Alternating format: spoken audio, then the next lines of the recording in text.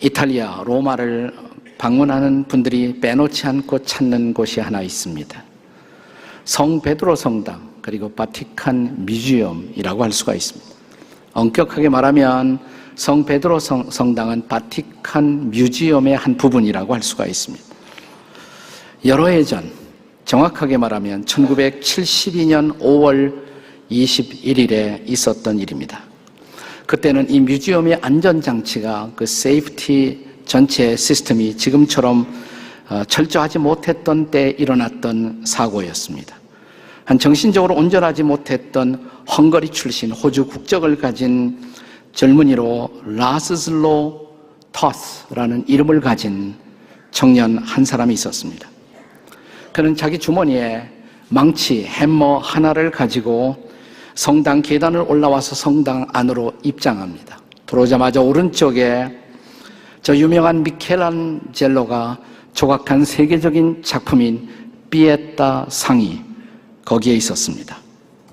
예수님이 돌아가신 후 어머니 마리아가 아들 예수님의 시체를 끌어안고 비탄과 슬픔에 잠겨있는 모습을 조각한 유명한 피에타 상입니다. 전 세계에 피에타 상이 여러 개 있지만 이곳에 있는 것이 가장 유명하고 가장 많이 알려진 것이며, 미켈란젤로는 이 작품에 대한 자신의 특별한 애정을 나타내기 위해서 어깨띠 두른 곳으로 내리는 곳에 자기의 이름을 특별하게 사인해 넣는 그런 작품의 그 이미지를 갖고 있습니다. 그런데 이 청년은 정신적으로 온전하지 못할 뿐만 아니라 여성 혐오증, 우먼 헤이터 중에 한 사람이었기 때문에, 이 마리아가 여자거든요.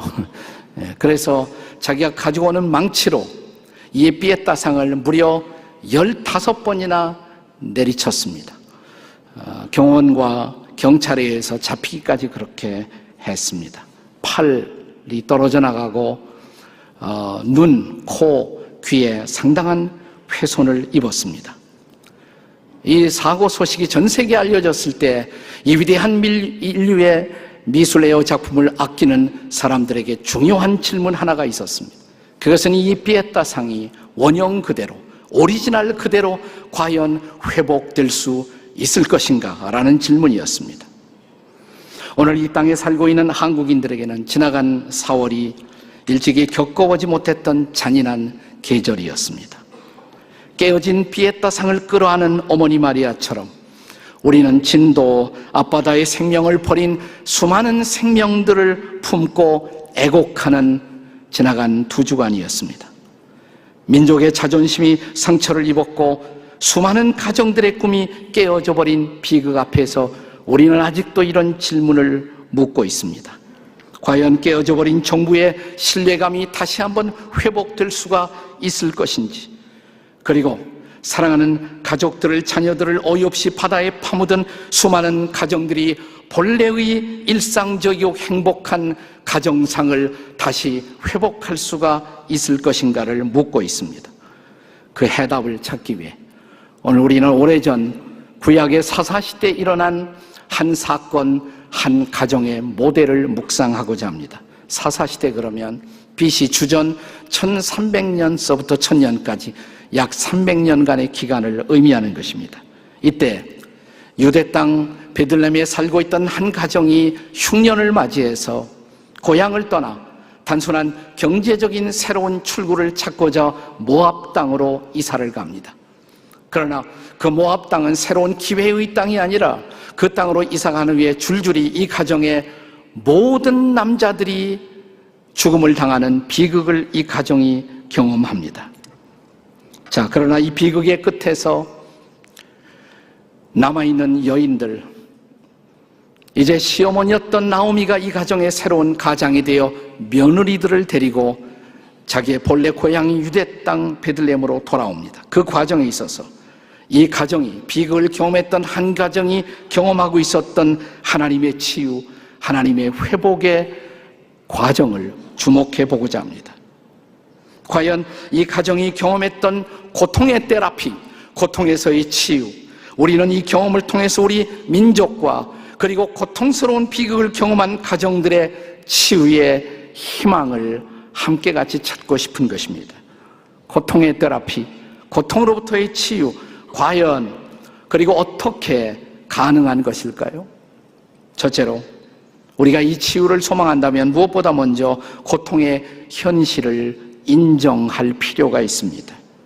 본문 19절에 보면 나오미가 그녀의 죽은 남편 엘리멜렉의 고향이었던 베들레헴 그 마을 입구에 도달했을 때 마을 사람 모두가 이 나오미를 보고 수근거리며 한바탕 소동이 벌어집니다. 이게 나오미가 아니더냐. 초라한 행색을 보고 마을 사람들은 나오미가 돌아왔다고 소문을 내기 시작합니다.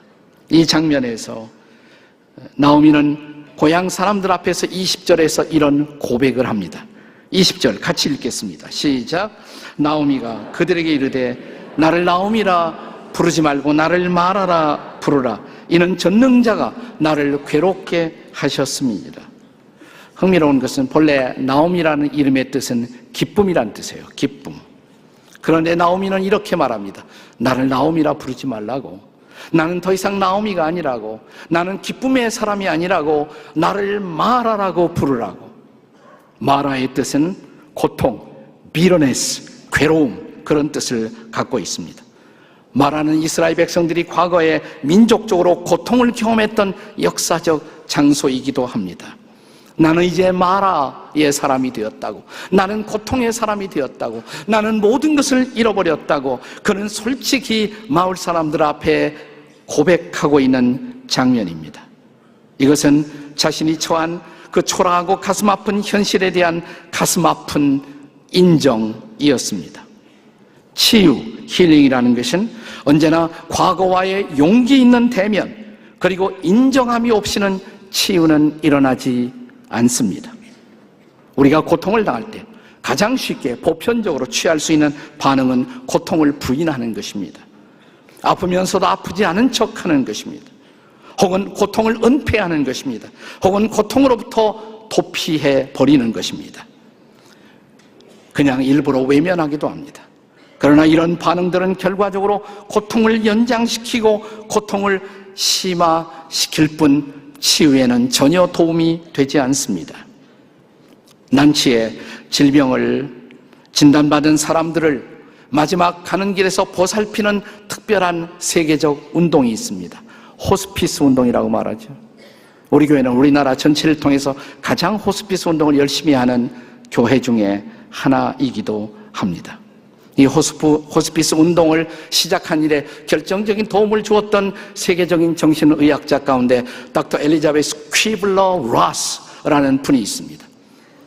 그분은 평생 난치의 질병을 진단받고 죽음을 향해 가는 사람들을 관찰하면서 그들이 겪는 심리적인 5가지의 스테이지, 단계를 소개했습니다.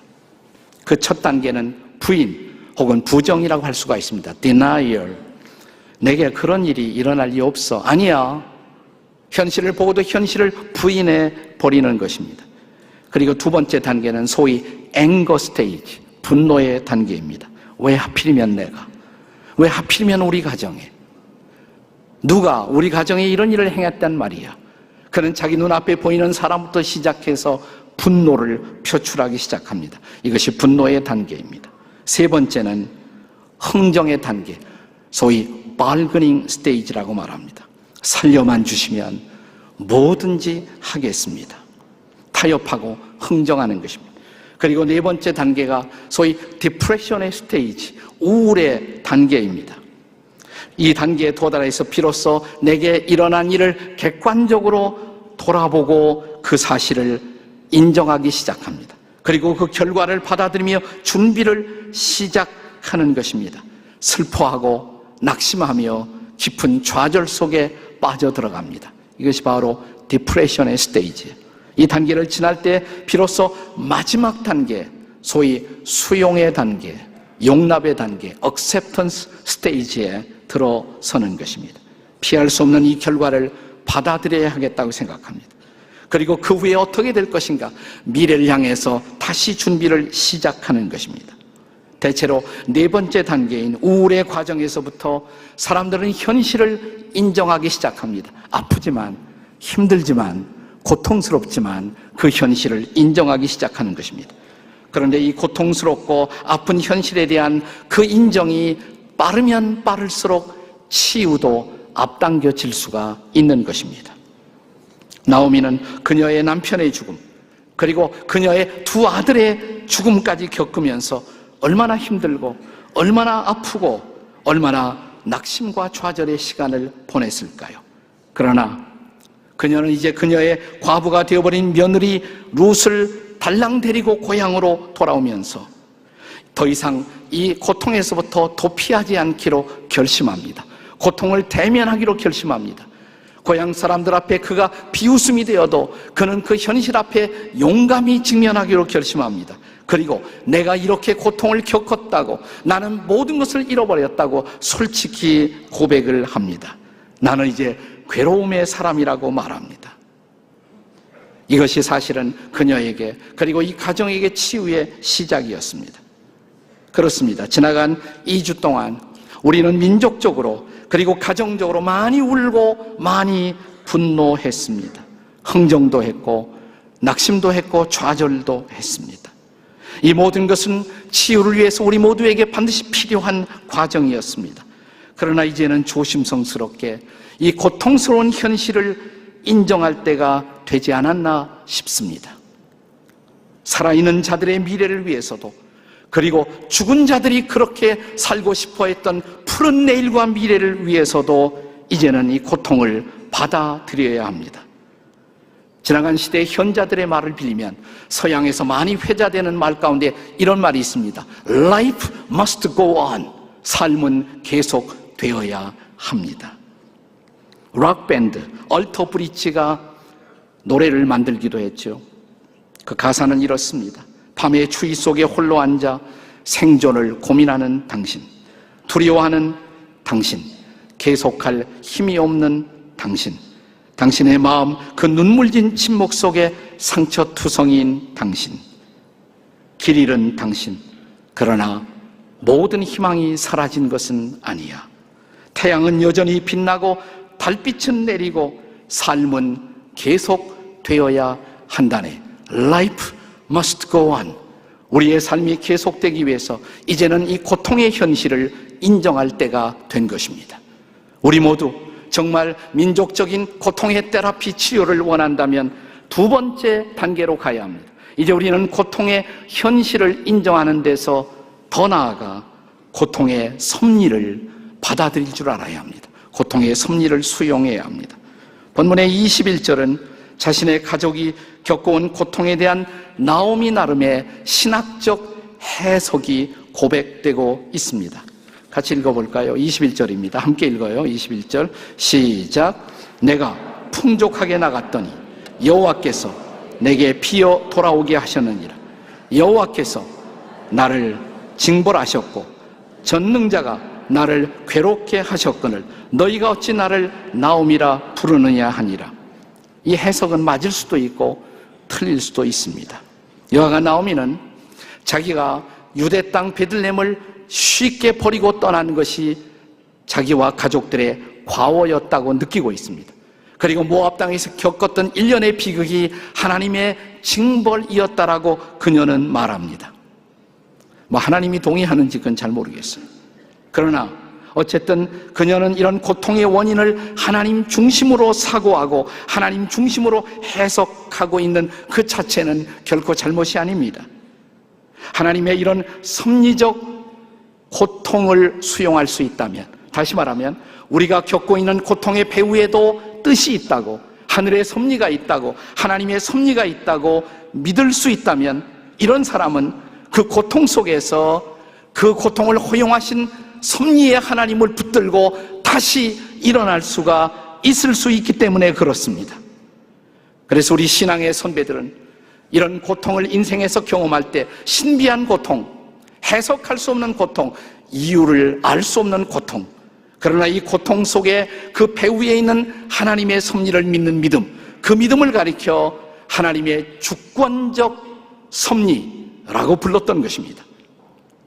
지금 나오미는 그 하나님의 주권적 섭리를 받아들이고 있는 것입니다.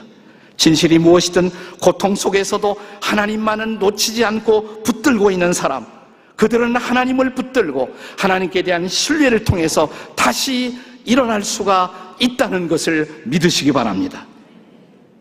이미 우리가 성찰했던 것처럼 심리학자들은 고통을 만날 때 그 마지막 치유를 위해서 마지막 단계에서 반드시 필요한 것이 수용이라고 말합니다. acceptance라고 말합니다. 고통을 하늘의 뜻으로, 하나님의 뜻으로 수용할 줄 아는 사람들, 그들은 하나님의 뜻 안에서 다시 일어날 수도 있고, 또 궁극적인 결론을 향해서 준비할 수 있는 새로운 힘을 얻을 수가 있습니다. 근본 세월호 참사 사건 속에서도 한 신앙인이 그런 용기를 우리 모두에게 보여주었습니다. 실종자 김종민 학생이 있습니다. 단원고 2학년 7반 김종민 학생의 아버지였던 안산 동북교회 김영상 장로님이 자기 아들의 실종의 아픔 가운데서 한 기도문을 올립니다. 그 기도문이 신앙을 알고 있는 모든 사람들의 마음속에 깊은 감동을 주었습니다. 읽어보신 기억이 있는지 모르겠어요. 들어보십시오. 그리 아니하실지라도, 이것이 기도문의 제목입니다. 그리 아니하실지라도 요나가 고기 뱃속에서 하나님의 계획을 깨닫고 회개하고 나온 것처럼 돌아와도 감사하고, 그리 아니하실지라도 정민이가 하나님의 자녀로서 구원받은 것에 감사합니다. 이번 일로 통하여 하나님의 모든 백성들이 생사화복의 주권이 하나님께 있음을 항상 고백하고, 우리의 생명이 영원한 것이 아님을 인식하고, 잠시 있다 가는 나그네 인생, 하나님의 계획 속에 말씀과 기도의 현장, 오직 예수 그리스도, 오직 복음으로, 오직 전도자의 삶을 살기를 기도합니다. 모두들 기도해 주셔서 감사합니다. 우리가 이런 기도할 수 있을까요?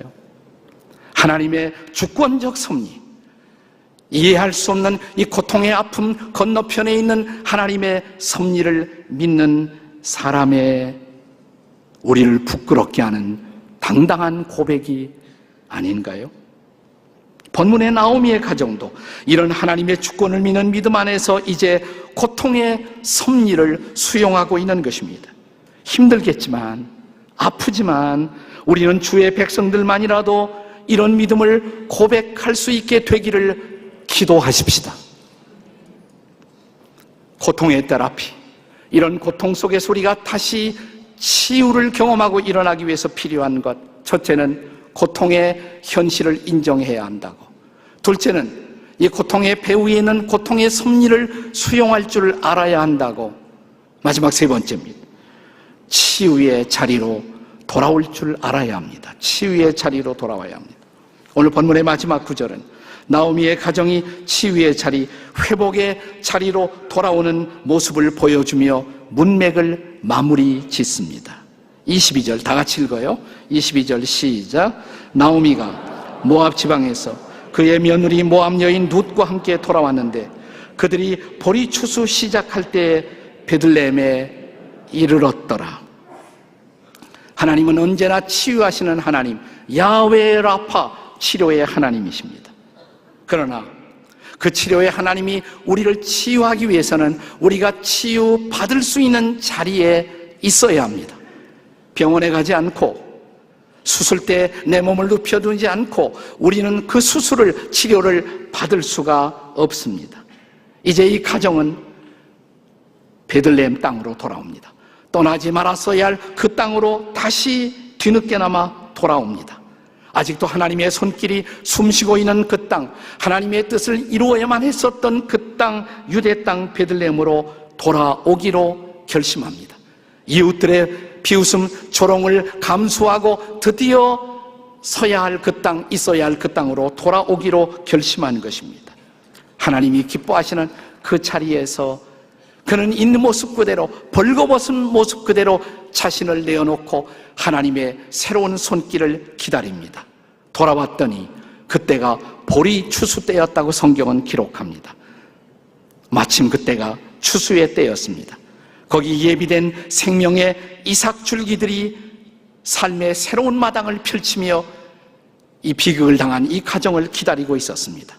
이제 회복의 로맨스가 바야흐로 시작되는 것입니다. 새로운 사랑, 새로운 미래, 새로운 가정이 그녀들에게 기다리고 있었던 것입니다. 우리가 끝이라고, 우리가 벼랑이라고 생각했던 그곳에서 하나님은 새로운 시작을 열고 계셨던 것입니다. 호세아 선지자의 유명한 증언, 호세아 6장 1절 2절을 혹시 기억하시나요? 함께 같이 읽겠습니다. 다 같이 읽습니다. 시작. 오라, 우리가 여호와께로 돌아가자. 여호와께서 우리를 찢으셨으나 도로 낫게 하실 것이요, 우리를 치셨으나 싸매어 주실 것입니다. 여호와께서 이틀 후에 우리를 살리시며 셋째 날에 우리를 일으키시리니 우리가 그 앞에서 살리라. 믿으십니까? 이 약속의 말씀을 믿으십니까? 셋째 날에 다시 일으켜 주신다고. 우리가 믿는 하나님이 성경의 하나님, 그는 부활의 하나님이십니다. 사흘 만에 예수님을 죽은 자 가운데서 일으키신 그 하나님이 우리의 하나님인 것을 믿으시기 바랍니다. 그래서 그는 언제나 고통의 배후에는 하나님의 뜻을 받아들이는 사람들을 위해서 부활의 드라마를 준비하십니다.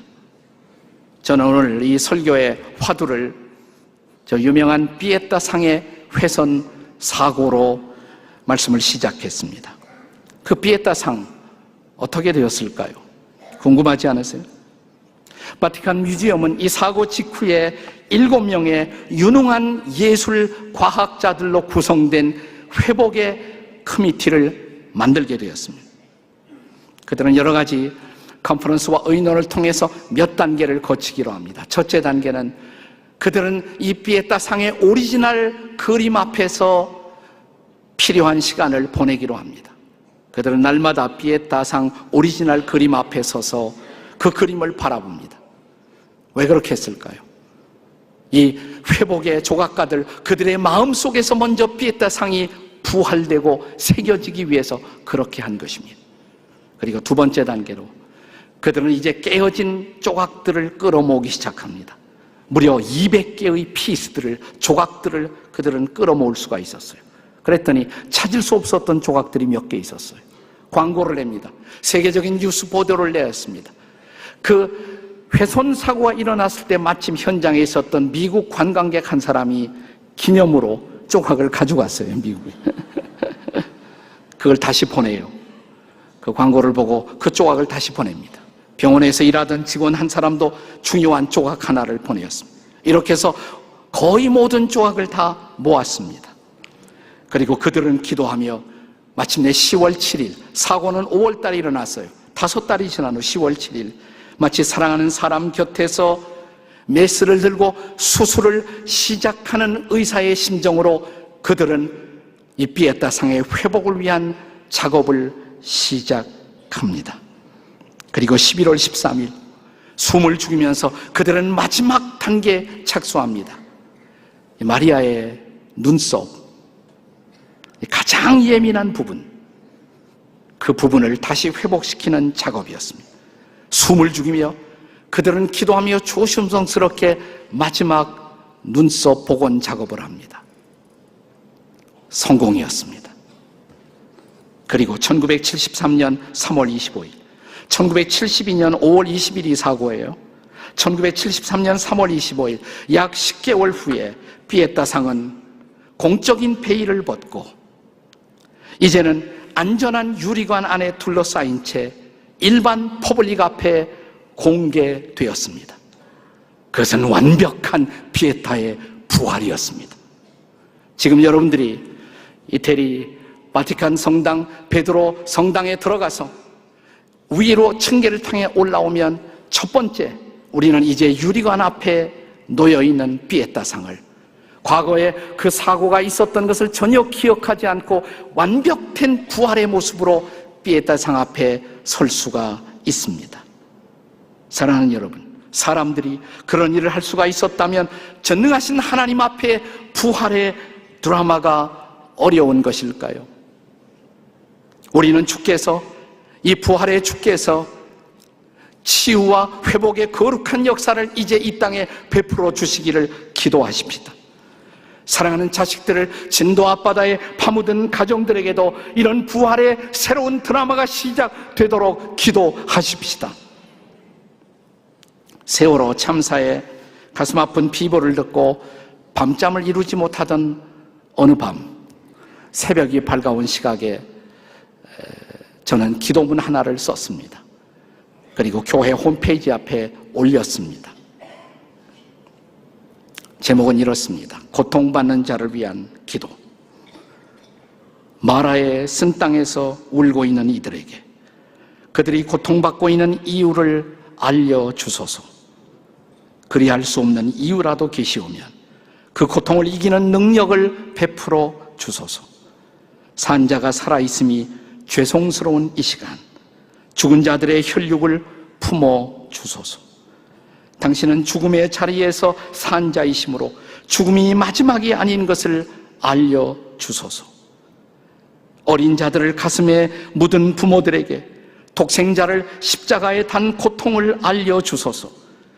그들이 아파하던 현장에 내내 함께 하시니 그가 바로 당신임을 알게 하소서. 우리의 언어로 위로가 불가능한 이들에게 당신의 임재로 그들의 눈물을 씻어 주소서. 그들을 이 땅에서 일으켜 주시는 이의 이름이 야훼 라파임을 알게 하소서. 자식들을 품고 일어나 다시 걷게 하시사 아직 그들이 가야 할 땅으로 가게 하소서. 종려나무 우거진 엘림의 샘터에서 만나주사 거기서 십자가의 이야기를 들려주소서.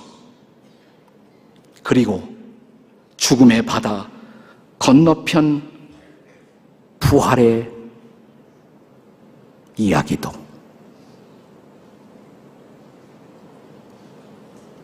기도하시겠습니다.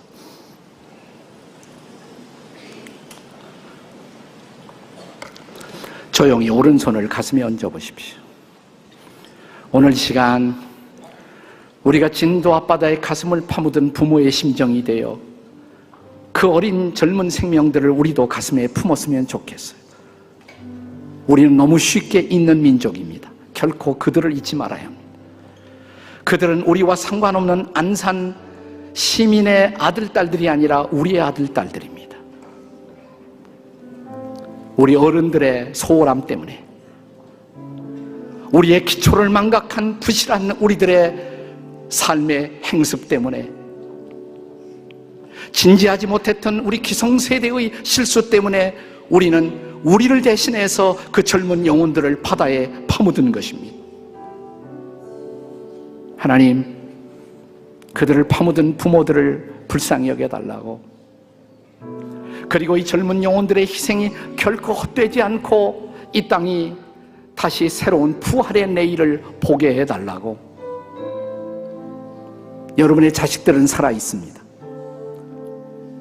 그 자식들은 그 바다에 파묻힌 그들을 대신해서 이 땅의 미래를 살아야 할 우리 자식들입니다. 여러분의 자녀들을 위해서도 기도하십시오. 기도할 때 잘 먹고 잘 사는 그런 자식들이 아니라 우리의 자식들이 바로 희생당한 젊은이들을 대신해서 진실한 삶을, 정의로운 삶을, 그리고 올바른 삶을, 그리고 부끄럽지 않은 내일의 역사를 써가는 이 땅의 내일의 지도자들이 되게 해달라고 기도하십시오. 희생당한 젊은이들을 위해, 그들의 가정을 위해, 그리고 여러분의 자식들을 위해 그들의 이름을 부르며 내 자식도 올곧은 마음으로 자라는 자녀들이 되게 해달라고 다 같이 통성으로 함께 기도하시겠습니다. 기도하십시다. 하나님 아버지, 감사합니다. 오늘 주신 말씀을 우리의 가슴에 담습니다. 우리가 어떻게 살아야 할지, 우리가 어떻게 이 땅에서 우리의 책임을 다하고 살아야 할지 우리를 가르쳐 주시옵소서. 아버지 하나님, 정말 그 무엇으로도 위로할 수 없는 고통과 절망과 아픔을 만난 그들을 위로하시고, 그들이 다시 일어나 새로운 내일을 향해서 나아가는 그런 복된 미래를 여는 우리 민족이 될 수 있도록 도와주시옵소서. 인도해 주시옵소서. 성령으로 역사해 주시옵소서. 우리 모두의 잘못입니다. 정부의 잘못일 뿐만 아니라 내 잘못입니다. 인생을 적당하게 건동건성 살아왔고 원칙과 그리고 의무를 등한히 했고 다음 세대를 보살피는 일을 제대로 하지 못했던 나의 책임입니다. 나를 용서해 주십시오. 기회를 주십시오. 그리고 다시 바닷속에 차가운 바닷속에 매몰된 300 이상의 그 영혼들을 대신해서 우리의 자녀들을 책임있게 양육하는 우리가 되도록 도와주시옵소서. 그들이 불의한 방법으로 출세하는 자녀들이 아니라 정의롭게 가난을 선택할 줄 아는 자녀들이 되게 해 주시옵소서. 진지하게 내일의 역사를 책임지고 일어나 나아갈 줄 아는 우리의 자녀들로 키워 주시옵소서. 부족하지만 아픈 마음으로 회개하며 최선을 다해 살기로 결단하는 이민족이 되게 하시고 한국교회가 되게 하시고, 그래서 이것이 끝이 아니라 새로운 시작이라는 것을 우리로 알게 해 주시옵소서. 부활의 소망을 보게 하시고 부활의 내일을 바라볼 수 있도록 도와주시옵소서. 그리고 주님은 결코 침묵하고 있었던 것이 아니라 우리가 고통당하고 있었을 때 나도 내 아들을 십자가에 달았다고, 엘리 엘리 라마 사막다니, 내 하나님 어찌하여 나를 버리셨나이까, 부르짖을 때 침묵하고 계셨던 하나님 아버지, 우리도 모를 인류의 구원이라는 더 큰 뜻을 이루기 위해서 그 아들을 향해 손을 내밀지 못하고 침묵하며 울고 계셨던 그 하나님이 우리의 하나님인 것을 잊지 않게 도와주시옵소서. 그리고 그 하나님의 손을 붙들고 다시 일어나게 도와주시옵소서. 우리 모두 함께 일어나 새로운 내일을 향해 걸어가게 도와주시옵소서. 예수님의 이름으로 기도드립니다. 아멘. 다 기립하셔서 우리 하나님께로 더 가까이 갑니다. 찬양하시겠습니다. 하나님께로 더 가까이 갑니다. 고통 가운데 계신 주님, 변함없는 주님의 크신 사랑,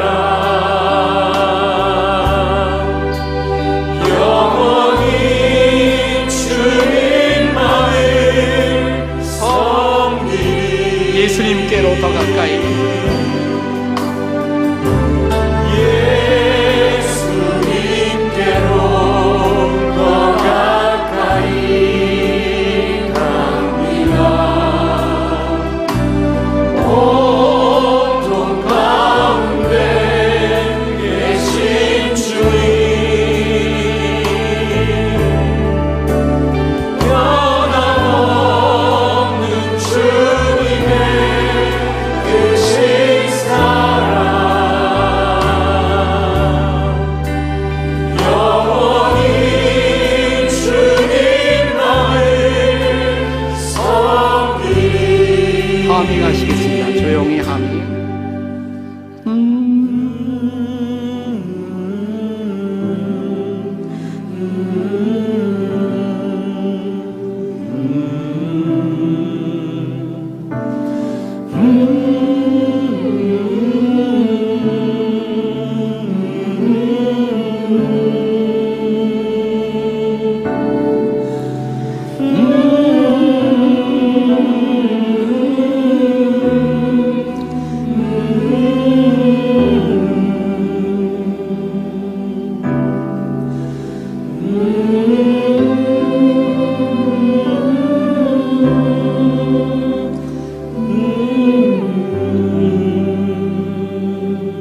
이제는 우리 주 십자가의 그 고통을 당하셨기에 그 까닭 모를 그 고통을 함께 이해하신다고 말씀하시는 주 예수 그리스도의 치유하시는 은혜와 독생자 외아들까지 십자가에 내어놓으신 아버지 하나님의 그 사랑과 우리 안에 우리 곁에 계시사 그 우리의 고통을 치유하며 일어나사 부활의 내일을 향해서 다시 가야 한다고 촉구하시고 일으켜 세우시는 보혜사 성령님의 놀라우신 치유와 회복의 은혜가 안산 땅 300명의 귀한 생명들을 이상을 잃어버린 그 가정마다, 그리고 그들과 더불어 함께 동일하게 아파하는 이 땅의 모든 가정들 속에, 그리고 다음 세대, 미래의 세대를 걱정하며 우리의 자녀들이 보다 의롭고 안전하게 살 수 있는 새로운 내일을 향해서 가야 한다라고